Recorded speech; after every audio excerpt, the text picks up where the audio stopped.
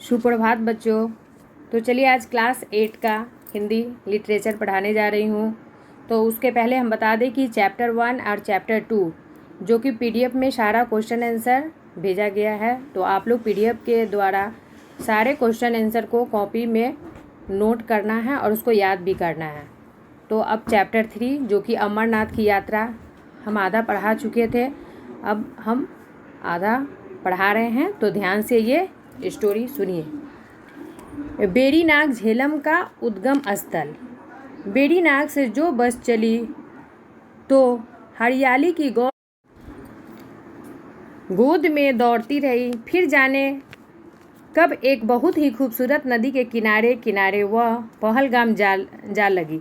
जी हाँ, वह खूबसूरत नदी मामूली खूबसूरत नहीं थी, वह असाधारण तौर पे खूबसूरत थी। नाम क्या था? लिद्दर। सच कहता हूँ, मैंने आज तक इतनी खूबसूरत नदी नहीं देखी। क्या पहाड़ी अल्हड़पन और क्या पानी का सफ़ेद बहाव। तेजी ऐसी कि सांप शर्माए और गर्जना ऐसी कि समूचा पहलगाम उसके बिना सुना हो जाए। तो इसमें लेखक क्या कह रहे हैं कि बेरीनाग से जो बस चली वह कहाँ तक पहुँची? हरियाली की गोद में दौड़ती हुई रही। फिर एक खूबसूरत नदी किनारे पहलगाम जा लगी, और वह बहुत ही खूबसूरत नदी थी। वह असाधारण तौर पर खूबसूरत नहीं थी। उसका क्या नाम था? लिद्दर। सच कह रहा हूँ कि आज तक वह खूबसूरत नदी वह लेखक नहीं देखा था। क्या पहाड़ी अल्हड़पन और क्या पानी का सफ़ेद बहाव। ऐसे लग रहा था कि सांप भी उसमें शर्मा रहा है, और गर्जना ऐसे कि समूचा पहलगाम उसके बिना सूना सा लग रहा है। पहलगाम का दूसरा दिन करीब करीब यात्रा कार्यालय में ही बीता। निजामुद्दीन साहब छड़ी मुबारक की तरह लपके जा रहे थे। हम लोगों की उत्साह जागी तो हम भी उनकी जीप पर सवार हो लिए। छड़ी मुबारक श्रीनगर के शंकराचार्य मंदिर में प्रस्थापित शिवलिंग का प्रतीक है, और अमरेश्वर शिव से श्रावणी पूर्णिमा को गुफा में जाकर सबसे पहले उन्हीं का मिलन होता है। तो इसमें क्या कह रहे हैं कि निजामुद्दीन साहब कहाँ जा रहे थे? छड़ी मुबारक की तरफ लपके जा रहे थे, और लोगों में उत्साह जाग रही थी कि वो भी जीप पर सवार हो रहे थे। श्रीनगर के शंकराचार्य मंदिर में भली भांति शिवलिंग का क्या था? वहाँ पर प्रतीक था, और अमरेश्वर शिव से श्रावणी पूर्णिमा को गुफा में सबसे पहले उन्हीं का मिलन होता था। छड़ी मुबारक आगे आगे, फिर साधुओं का बहुत सारा झुंड क्या होता था। इसके बाद देश देशांतर के लगभग 12,000 यात्री उनकी सुख सुविधा के लिए कश्मीर सरकार महीनों पहले से यात्रा तैयार करती थी। तो जब ये साधुओं का अपार झुंड आ रहा था, तो देश देशांतर से बहुत सारा लोग यानी 12,000 यात्री उनकी सुख सुविधा में कश्मीर सरकार महीनों से क्या कर रहा था कि तैयारी कर रहा था कि इतने सारे लोग आएंगे तो उसको सुख सुविधा दिया जाए। रास्ता को साफ कराया रहा था, डॉक्टर, पुलिस और संचार व्यवस्था का बंदोबस्त करा रहा था। पहाड़ी यात्राओं के जो नियम सीख चल रहा था, उनमें से एक नियम यह भी याद आया कि धीरे चलो। वह भी करके देख लिया, लेकिन थकावट आनी शुरू हुई तो जैसे दौड़ती हुई आई। आधे मील के अंदर अंदर यह हालत हो गई कि एक शिला की शीतल छां ढूंढनी पड़ गई। पहले यात्रियों क्या कर रहा था? पहले नियम के द्वारा सीख चल रहा था कि उसमें एक नियम भी याद आया। उसमें हुआ क्या कि धीरे चलो, और धीरे चल के ये भी देखा कि थकावट आनी। अब क्या हुआ? धीरे धीरे शुरू हो गया। लग रहा था कि जैसे दौड़ती हुई मेरे पास आ रही थी थकावट। आधे मील के अंदर अंदर यह हालत हो गई कि शिला की शीतल छां ढूंढनी पड़ गई।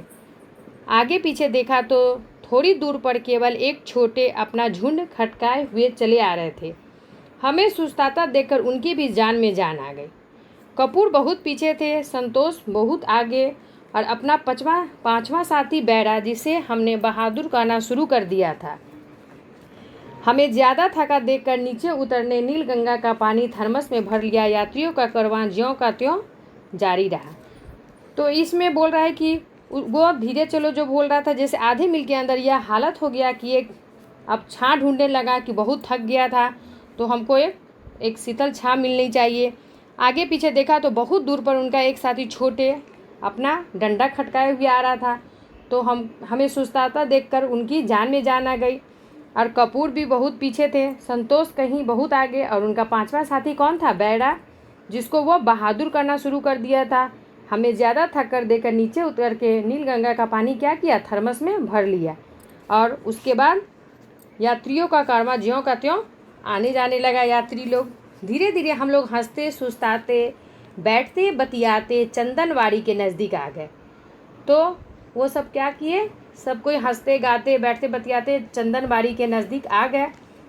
हमें पहले पड़ाव में चंदनबाड़ी में ही रात बितानी थी।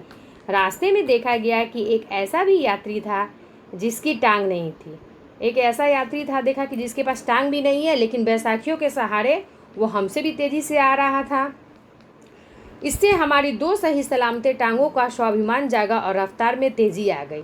तो सही बात है, जब उसको देखा तो सोचा ये जब इतना तेज़ चल सकता है तो मेरे पास तो टांग है, तो हम इससे भी और ज़्यादा तेज़ चल सकते हैं।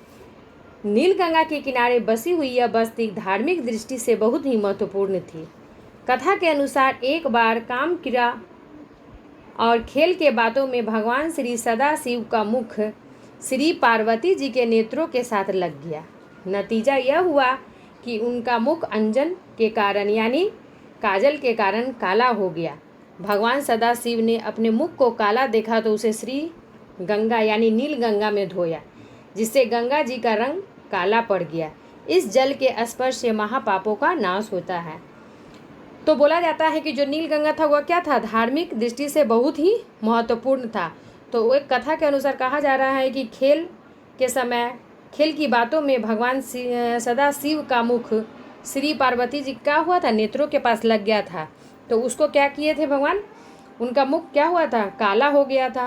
तो भगवान सदाशिव ने अपना मुख को काला देखा तो उसे श्री गंगा यानी नील गंगा में धोया था, जिससे उसका पानी का रंग काला पड़ गया।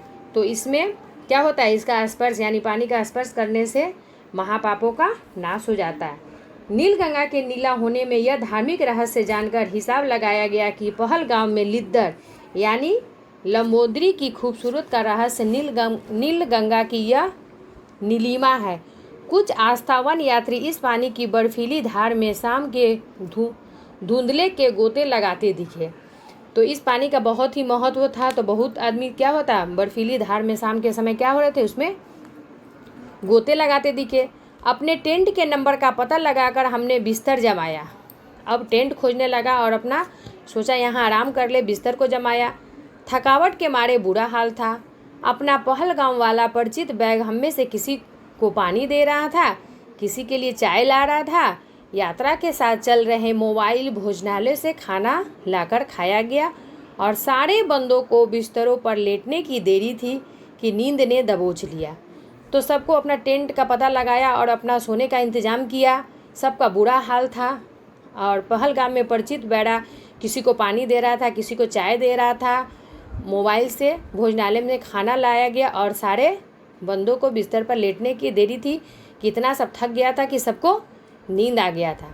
तड़के आँख खुली तो टेंट के पीछे की रस्सियाँ खुली हुई और छोटे से ऊनी सदरी चश्मा जिसके बिना उसकी समूची दृष्टि यात्रा भर धुंधली रही। तो जब सुबह आँख खुला तो देखा कि टेंट के पीछे की रस्सियाँ क्या हुआ था, खुली हुई थी और ऊनी सदरी यानी बास्केट चश्मा जिसके बिना उसकी समूची दृष्टि, चश्मा के बिना उनका समूचा जो दृष्टि था वह धुंधली लग रही थी। बहादुर की बरसाती जैकेट भी गायब थी। लाउड स्पीकर पर ऐलान हो रहा था कि यात्री मेहरबान से दरख्वास्त है कि वे जल्दी से जल्दी चलने की तैयारी करें। यानी कि लाउड स्पीकर से ऐलान हो रहा था कि आप लोगों से निवेदन है कि आप जल्दी जल्दी अपने चलने की तैयारी करें, आगे चढ़ाई बहुत कठिन ही है। तो ये स्टोरी में बताया जा रहा है कि बहुत ही अच्छा था अमरनाथ की यात्रा, कि अमरनाथ की यात्रा करते समय कितनी सारी कठिनाइयों का सामना करना पड़ता है। तो अमरनाथ यात्रा के प्रमुख पड़ाव एवं तथा उनके गंतव्य से वहां तक पहुंचने के साधनों के बारे में ये आप लोग जाने हैं।